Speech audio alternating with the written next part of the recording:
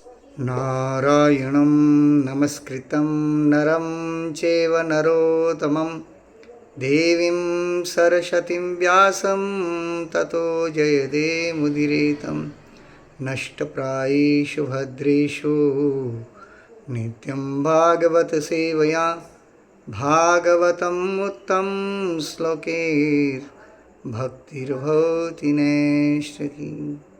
ग्रंथराज श्रीमद्भागवतम महापुराण की जय। श्रील प्रभुपाद गुरुदेव की जय। गौर प्रेमानंदे हरि हरि बोल। हरे कृष्णा।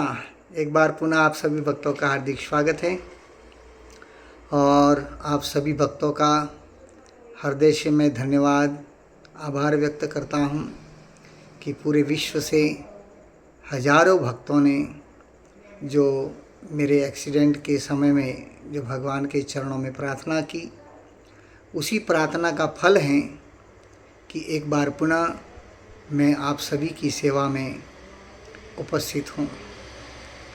तो आज हम चर्चा करेंगे भगवान और जीव के बीच की वार्तालाप। तो हम सब जीव हैं और हम किसी न किसी प्रकार से भगवान से संवाद करते रहते हैं, बातें करते रहते हैं।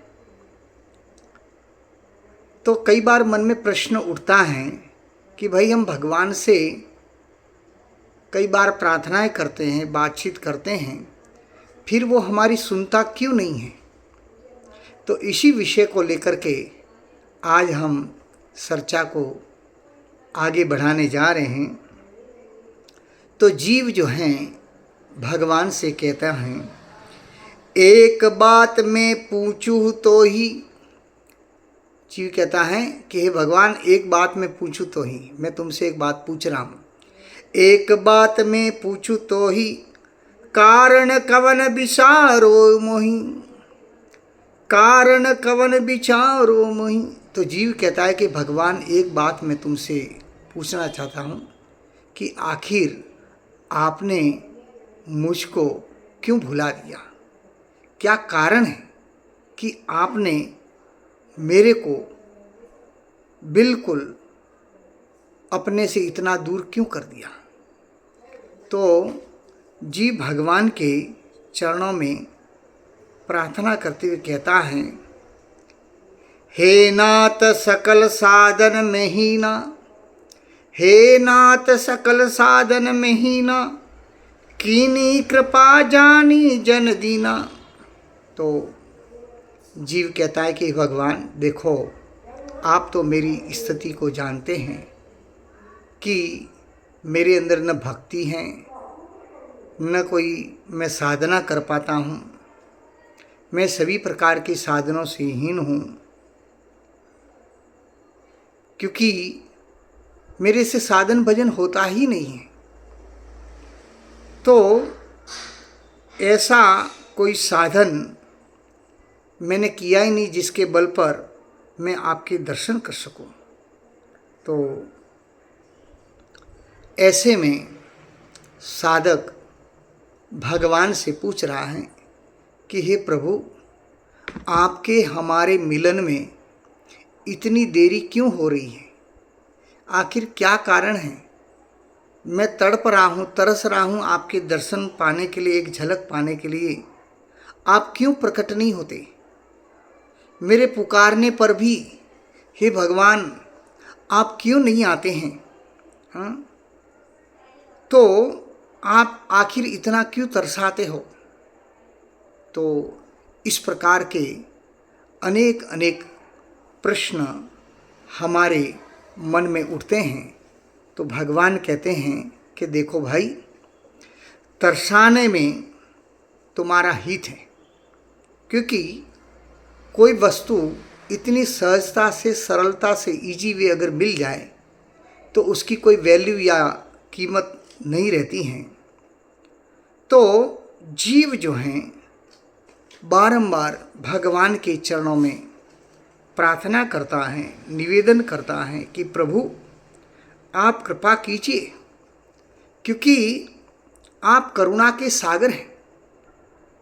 आप दया के सागर हैं, आप कृपा सिंधु हैं, आप दीन बंधु हैं, आप अंतर्यामी हैं। हे भगवान, अगर आप हमारे हृदय की बात को नहीं सुनोगे तो आपका अंतर्यामी होना कैसे सार्थक होगा। हे भगवान, आप दया के सिंधु हैं, अगर आप हम पर दया नहीं करोगे तो आपका ये दया सिंधु नाम कैसे सार्थक होगा। हे भगवान, आप करुणा सिंधु हैं, आप अगर करुणा नहीं करोगे तो आपका करुणा सिंधु नाम होना कैसे सार्थक होगा। आप भक्त वत्सल हैं। हे भगवान, आप अपने भक्तों पर कृपा नहीं करोगे तो आपकी भक्त वत्सलता कैसे सार्थक होगी। हे भगवान, आप पतित पावन कहलाते हो। हम जैसे पतित जीवों का अगर आप उद्धार नहीं करोगे तो फिर आप पतित पावन कैसे कहलाओगे। तो हे दया सिंधु, एक बार आप दया करके मुझ पर कृपा कीजिए और मुझे दर्शन दीजिए। अब हम लोग ये भगवान से प्रार्थना तो करते हैं, मगर फिर भी भगवान दर्शन क्यों नहीं देते। प्रश्न ये उठता है, भगवान फिर भी दर्शन क्यों नहीं देते हैं, इसका क्या कारण है। इसका कारण यही है कि हम जो प्रार्थना कर रहे हैं वो हृदय से नहीं है। हम जिस प्रार्थना को भगवान को कहते हैं वो निष्कपट नहीं है, वो निस्वार्थ प्रार्थना नहीं है। इसलिए क्योंकि ये मन हमारे साथ हमेशा छल कपट करते रहता है, और जब तक ये मन हमारे साथ छल कपट करेगा तब तक भगवान का और हमारा मिलन कभी हो नहीं सकता। तो इसलिए सबसे पहले हमारे और भगवान के बीच में रोड़ा कौन है, हमारा मन है। इसलिए सबसे पहले इस मन को हटाओ, क्योंकि प्रार्थना हम भगवान से कर रहे हैं मगर हृदय से हम भगवान के सामने उपस्थित नहीं है, क्योंकि हमारा मन तो कहीं और चला गया। जब हमारा मन कहीं दूर चला गया तो फिर भला हम भगवान से की हुई प्रार्थना जो हृदय से है ही नहीं, वो तो केवल छलावा है, दिखावा है, कपट है। तो ये कपट भरी प्रार्थना से भगवान कैसे मिल सकते हैं।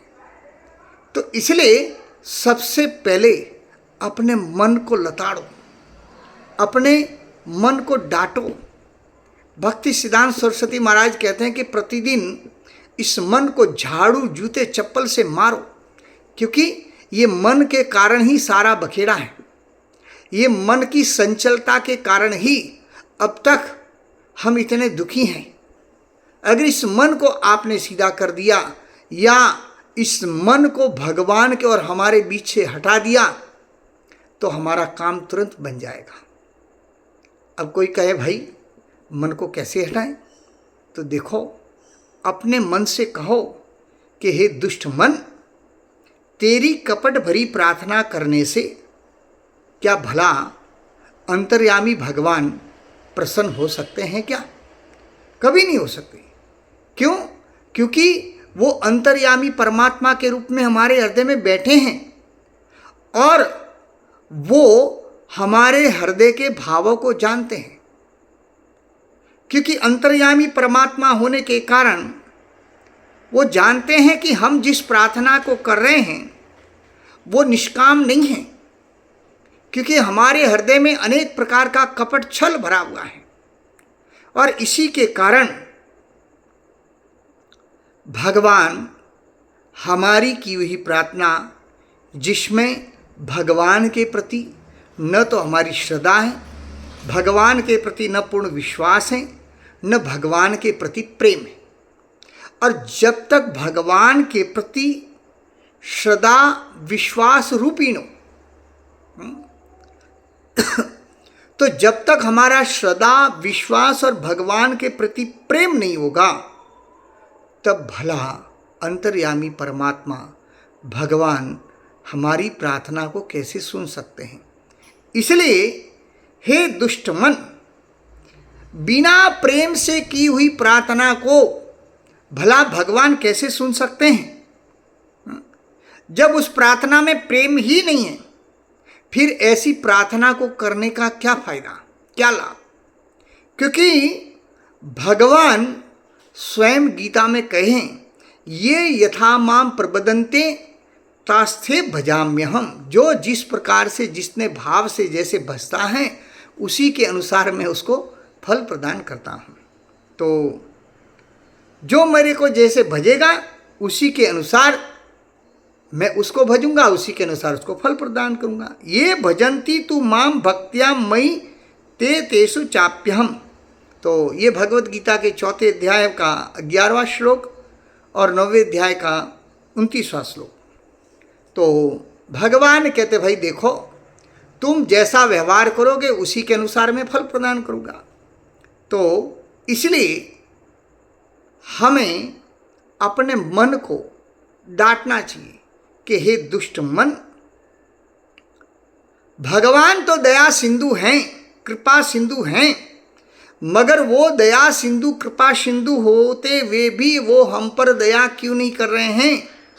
क्योंकि तेरे अंदर ये छल कपट भरा हुआ है। और इस प्रकार से भगवान हमारे अंतर्यामी परमात्मा होने के कारण हे दुष्ट मन, तेरे शुष्क प्रेम को भगवान जानते हैं।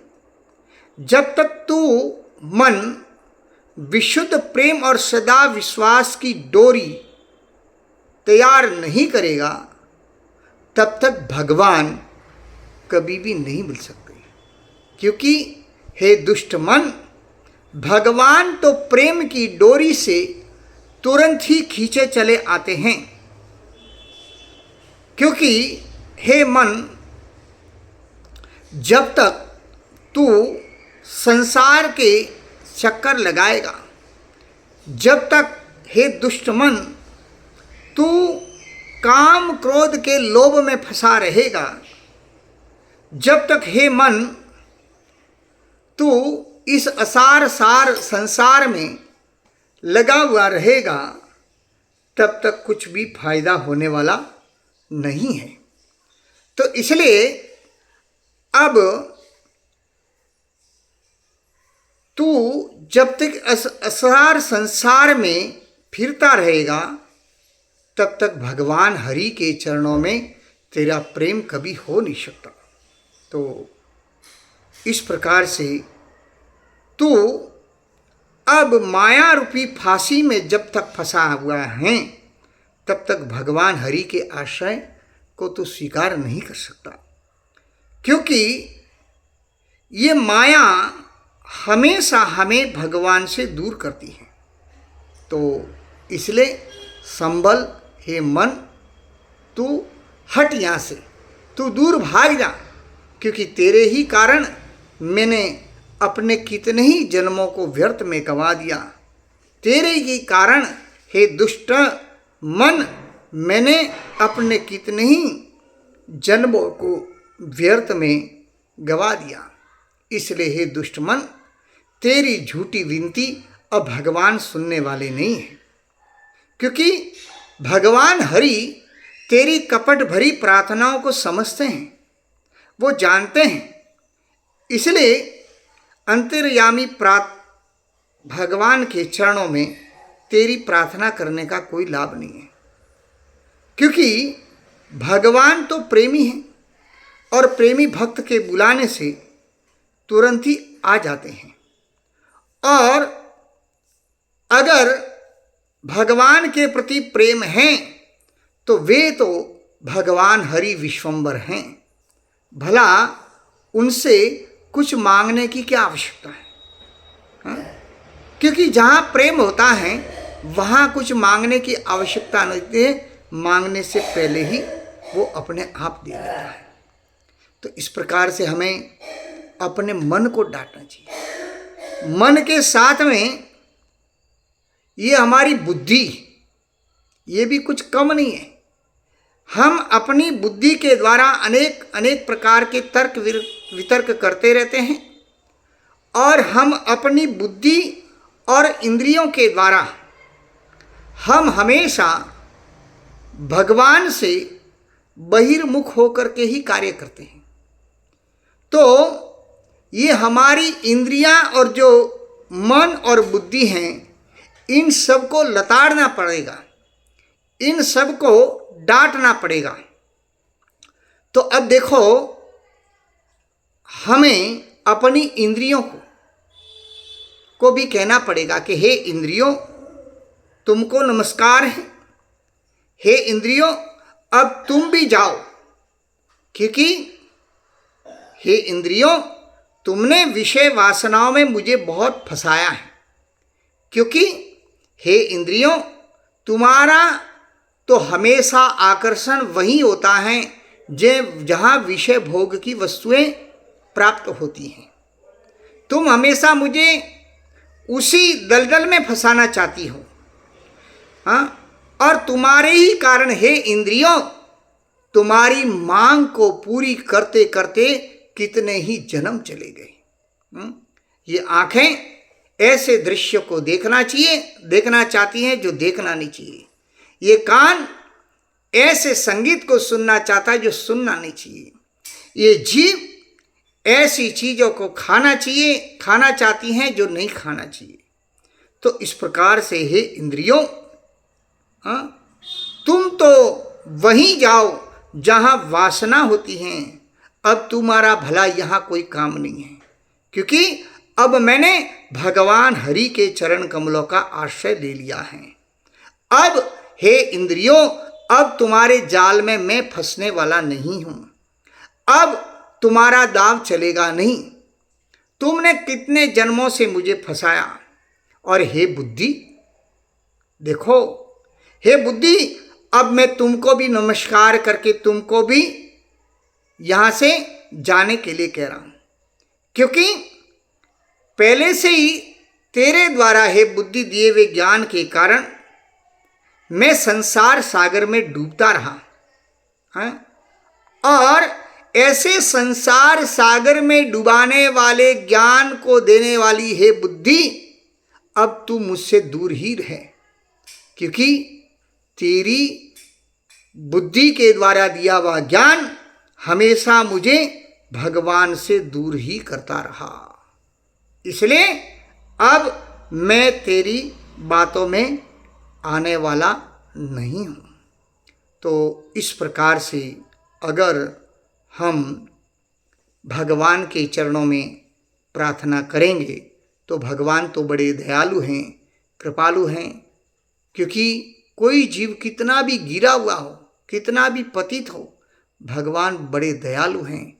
अगर हृदय से उनको हम पुकारेंगे तो निश्चित रूप से भगवान कृपा करेंगे। क्योंकि भगवद गीता के 90वें अध्याय के 39वें 30 से 31वें श्लोक में स्वयं भगवान कहते हैं, अपि चेतसु दुराचारो भजते मामन्य भाकम साधुरेव समन्तव्यम सम्यग्व्यवसितो हि सः। अपि चेतसु दुराचारो, अपि चेतसु दुराचारो, वो अत्यंत से अत्यंत दुराचारी व्यक्ति भी हैं, वो भी भजते माम अन्य भाकम, वो अनन्य भाव से अगर मेरा भजन करेगा तो वो साधु ही हैं, या मैं उसको साधु बना दूंगा।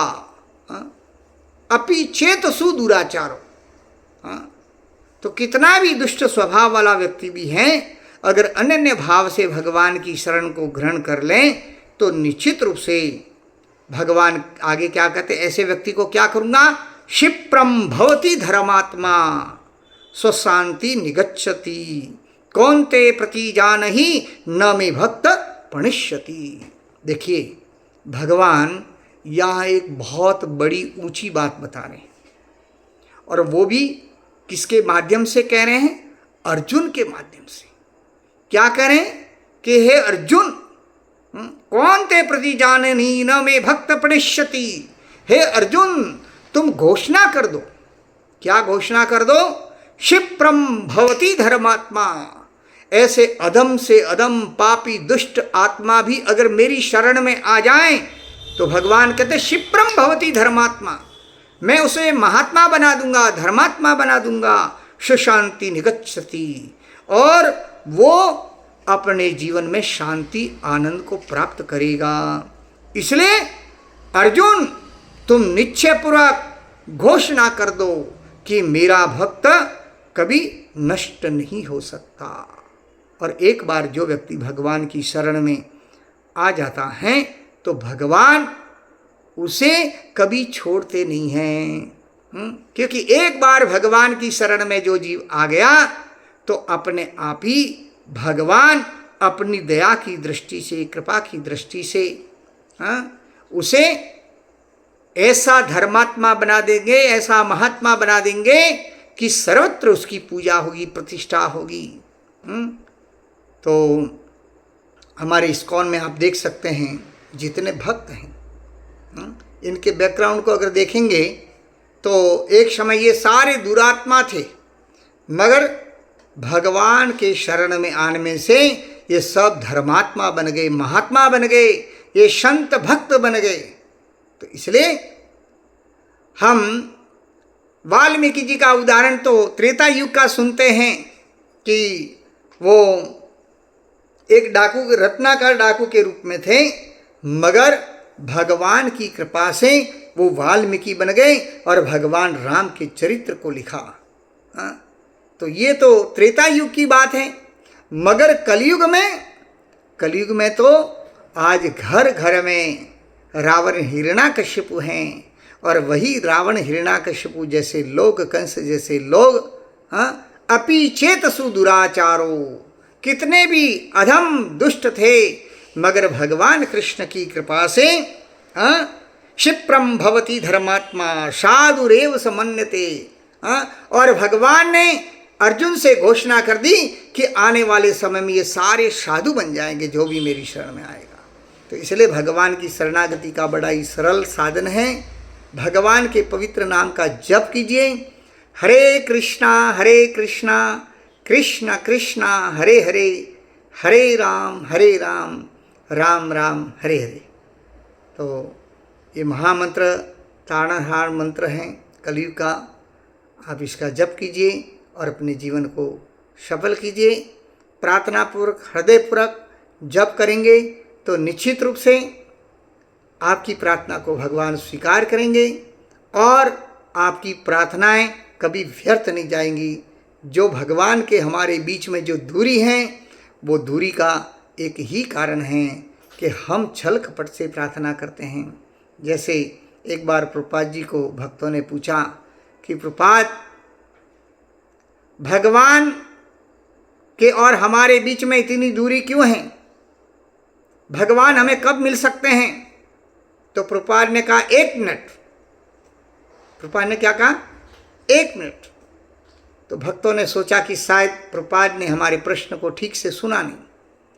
तो भक्तों ने फिर से कहा प्रभुपाद को कि प्रभुपाद, भगवान के और हमारे बीच में इतनी दूरी बनी हुई क्यों है? भगवान हमें कब मिलेंगे? तो प्रभुपाद ने फिर कहा 1 मिनट। यानी प्रभुपाद ने कहा कि भगवान हमें 1 मिनट में मिल सकते हैं, और वो 1 मिनट में कैसे मिल सकते हैं? भगवान की हमारी पूर्ण शरणागति होनी चाहिए। अगर पूर्ण तरह से हम भगवान को शरणागत हो जाएं तो निश्चित रूप से 1 ही मिनट में भगवान हमको मिल सकते हैं। जैसे द्रौपदी ने जैसे अपना प्रयास किया, मगर जब उन्होंने पूर्ण शरणागत होकर के पुकारा, गजग्राह में हाथी ने जब भगवान को समर्पण भाव से पुकारा तो भगवान दौड़े चले आए। भक्त प्रहलाद महाराज ने पूर्ण श्रद्धा विश्वास के साथ खंबे में भगवान है क्या? बोला है, और उसी क्षण भगवान प्रकट हो गए। तो इसलिए भगवान तब भी और आज भी उपस्थित होते हैं। पूर्ण शरणागति की कमी है। पूर्ण शरणागति हम करेंगे तो निश्चित रूप से भगवान तुरंत प्राप्त होंगे। हरे कृष्णा। धन्यवाद।